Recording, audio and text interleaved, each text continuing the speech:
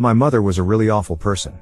I have 4 other siblings. 1 older sister, 3 way younger, with 3 different dads. Before I was born, I'm a boy by the way, my oldest sister was taken away from my mother when she was a few months old because she tried to stab the father of my sister while he was holding her. She lost custody and the dude left her. My older sister goes to live with her father's family in a different city. Cute lil ol me coming into this world. My dad went to jail 2 to 3 years after I was born for a while, and I rarely saw him. He's an alcoholic if that matters. My mom was a single mother but she made it work and she worked hard. One of the bigger problems was that she took out all her aggression and hatred of my father on me, as well as work stress, etc. She dealt with abuse growing up, which I'm sure definitely affected her relationships and how she treated me as well. Anyways, cue me being mistreated from the age of 4 to 5 to about 17. Every day was horrible. She was extremely strict and her perspective was warped. She was also pretty big in stature and had a lot of strength. Examples of her being awful. I got beaten up badly once because her room was dirty. The dishes weren't washed and I got beaten as soon as I got home, even if there weren't dishes when I left to go to school. If I walked too loud, I'd get my butt beat. She broke my nose for looking at her the wrong way on my 10th birthday when she brought me a cake I was allergic to.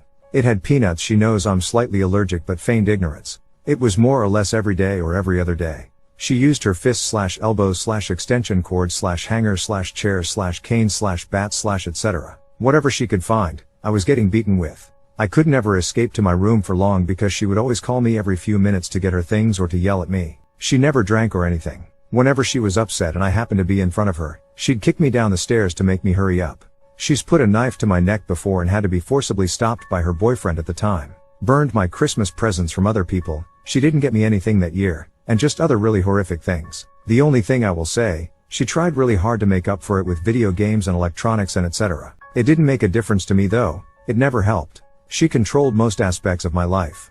I got by with little petty revenges. Peeing in the Lipton iced tea she drank. Rubbing her forks and spoons between my butt cheeks before I served her dinner. Ignoring her screams for help when she had kidney stones. But by the time I got to high school I turned to drinking. I resented her, and the negative atmosphere affected who I was as a person.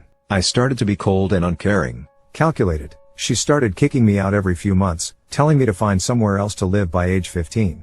She sent me away to a different country for a year and tried to keep my passport, but I made it back to the US with the help of the embassy and my stepfather. I came back senior year with no credits for the prior grade, which ended with me getting a GED. I spent most of the time I could with my best friend and started working bad jobs. I was terrible at saving, as I had accumulated loads of bad habits while growing up, so it didn't make much difference. My mother eventually told me that if I went to college, I would always have a place to live until I finished. Cue my first 2 semesters at a 2-year college. I maintained a 3.7-ish GPA. My teachers loved me, and it was my escape. Towards the end of my 2nd semester during finals, I came home late one night around 10 p.m. and my mother yanks the door open, screaming in my face and asking when I'll move out. I'm slightly tipsy and decide to completely ignore her and walk to my room. If I opened my mouth, that day would be the day I blew up and cursed her out.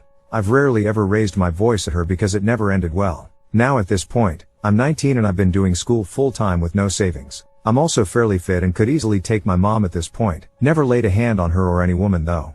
I get to my room and she rips my door open and starts yelling.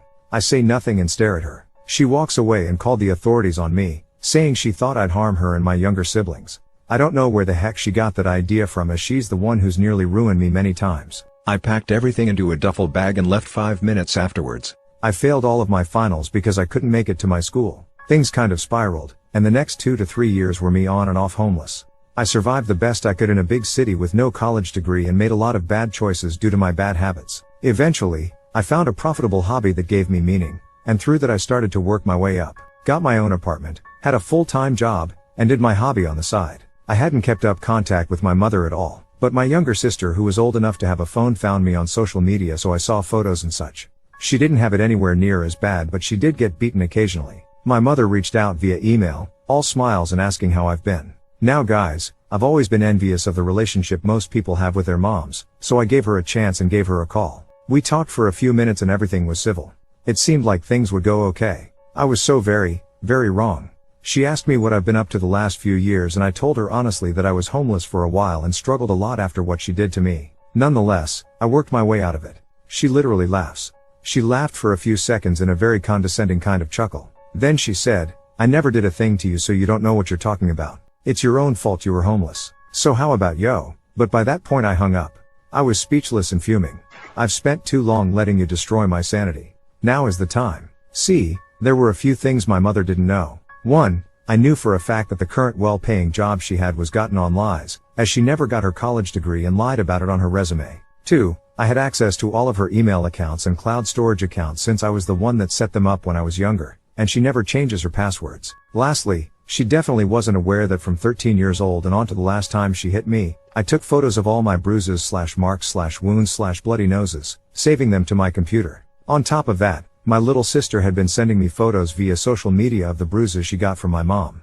The first thing I did was compile all of those photos/videos into one folder. I then reached out to CPS in my city and explained that my siblings were being mistreated, how I was mistreated in the past, and that I had mountains of proof. Since I've called the authorities on my mother before, there was immediately a home visit.